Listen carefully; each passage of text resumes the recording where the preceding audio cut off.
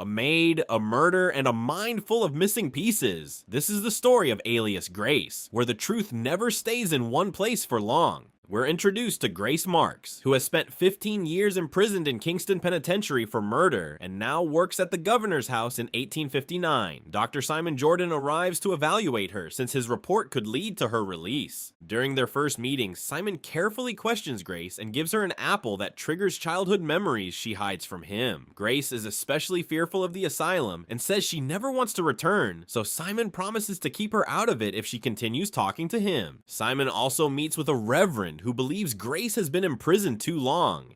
They discuss her trial, where Grace claims she didn't know what happened to Nancy Montgomery and said James McDermott killed her, while McDermott blamed Grace before his execution. The Reverend later arranges for Simon to continue meeting Grace at the governor's house. Grace slowly begins telling her story, admitting the confession used against her was forced by her lawyer. She recounts her harsh childhood in Ireland and the traumatic journey to Canada, where her mother dies during the voyage, leaving Grace haunted by the memory and surrounding superstitions. After arriving in Canada, Grace's abusive father forces her to work, leading her to eventually flee to Toronto. There she meets Mary Whitney, who becomes her closest friend, introduces her to servant life, and warns her not to give money to her alcoholic father. Simon finds Grace's sewing lace and steers the conversation toward her dreams to probe deeper, and Grace again slips into retelling her past. In the past, she works with Mary, who talks about politics, rebellion in Canada, and the hope that freedom will beat oppression. At night, they play a fortune game with apple peel. Grace gets the letter J, and Mary jokes she may marry Jeremiah Pontelli, a traveling merchant who later visits and makes eerie predictions about Grace's future. The story moves on to Mary's first period, with Grace helping her through it. George Parkinson then arrives and begins courting Mary, and the two grow involved. Things shift when George becomes ill, and Mary starts caring for him. Grace notices Mary becoming distant and unwell. Mary later reveals she is pregnant, but the man denies responsibility and refuses marriage. Desperate, she decides on an abortion, and Grace goes with her. The procedure is brutal, and Mary suffers heavily before dying that night despite Grace's care. Afterward, Mrs. Parkinson covers up the truth of Mary's death. In the present, Grace becomes unstable, blames the men involved, and hallucinates Mary speaking to her. She panics, is restrained, and her memories start to blur. Simon continues questioning Grace while also discussing her case with Reverend Veringer, focusing on her time in Toronto and the false identity she used, Mary Whitney. Back in the past, Grace arrives at Mr. Kinnear's household after Mary's death. She meets Nancy Montgomery and learns she will be paid to work there. On the way to the estate, she is helped by Thomas Kinnear, who takes her in and treats her with unusual politeness. Grace refuses to describe his appearance when asked by Simon. At the house, Grace is introduced to Jamie Walsh and begins adjusting to her duties. Grace observes strange dynamics in the household, including Nancy's behavior and her relationship with Kinnear, which feels unusual for a servant. Grace also notices tension between Nancy and James McDermott, the stableman, who shows interest in her but behaves inappropriately. Grace avoids him. Meanwhile, Kinnear behaves casually and discusses religion and art.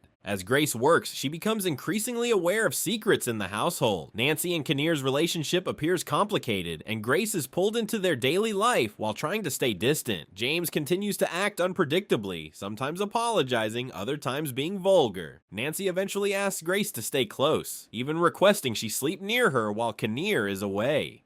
In the present, Simon continues pressing Grace for deeper truth, while Grace's memories become more fragmented. But before we continue, if you are enjoying this recap, make sure to like this video and subscribe to our channel for more recaps on your favorite shows.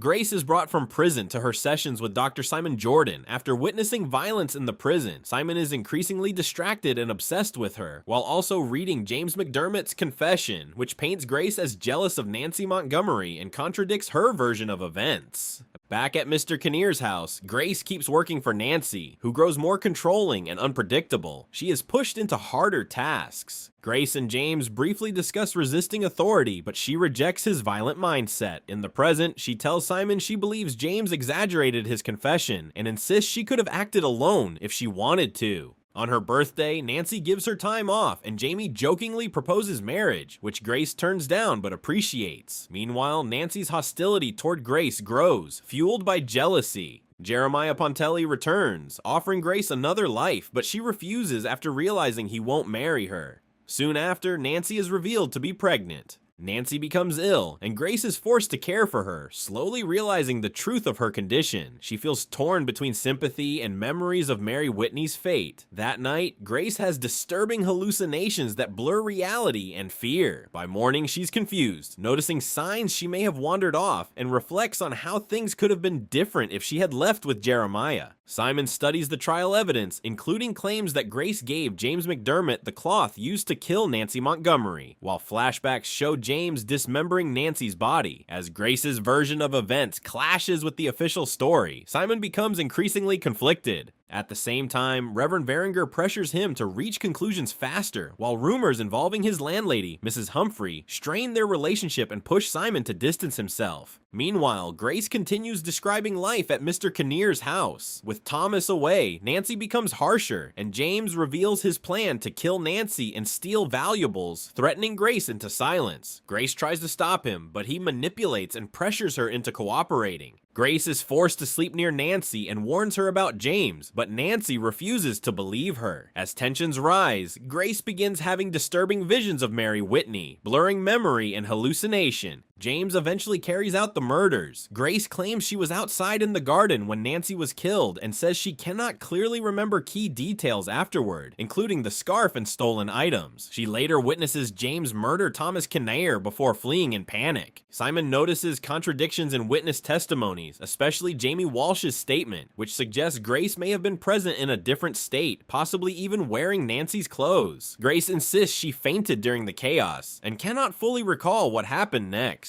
Later, Reverend Veringer proposes hypnosis to uncover the truth, while Simon's personal life continues falling apart as his relationship with Mrs. Humphrey intensifies before ending when he decides to leave town. Flashbacks finally show Grace and James fleeing after the murders, tensions growing between them as they travel with stolen valuables before eventually being arrested trying to escape by boat. Simon meets Grace's former lawyer, who insists she is guilty in manipulating him just like she did during the trial. He also reveals Grace was only prosecuted for Thomas Kinnear's murder, not Nancy's, which likely spared her execution. Simon then proceeds with Dr. Jerome DuPont's hypnosis experiment. Under hypnosis, Grace's memories of life at Mr. Kinnear's house become fragmented and contradictory. Sometimes she seems to influence James McDermott, other times he appears to control her. Different versions of the murders emerge, with Grace alternately involved in Nancy's death or completely removed from it. Things become even more disturbing when Grace claims she may actually be Mary Whitney, suggesting a split identity, while Jerome believes they are witnessing dual personalities. The session ends without answers, and Grace later claims she remembers nothing. As Simon grows obsessed and mentally unstable, he rejects Reverend Veringer's request for a favorable report and begins doubting whether hypnosis reveals truth or creates false memories. Eventually, he leaves and later joins the war to escape everything connected to Grace. Years later, Grace is pardoned and released from prison. Struggling to adjust to freedom, she believes someone from her past, possibly Simon, helped secure her release. She reunites with Jamie Walsh, who apologizes for his testimony and proposes to her, and she accepts. Grace later writes to Simon about the manipulation and suffering that shaped her life, suggesting Mary Whitney may have understood her fate all along. Meanwhile, Simon is shown mentally destroyed and nearly comatose, with his mother receiving Grace's letter instead. The series ends with Grace sewing a quilt from pieces of her past, while Simon remains trapped in his fractured mind, leaving Grace's guilt or innocence unresolved.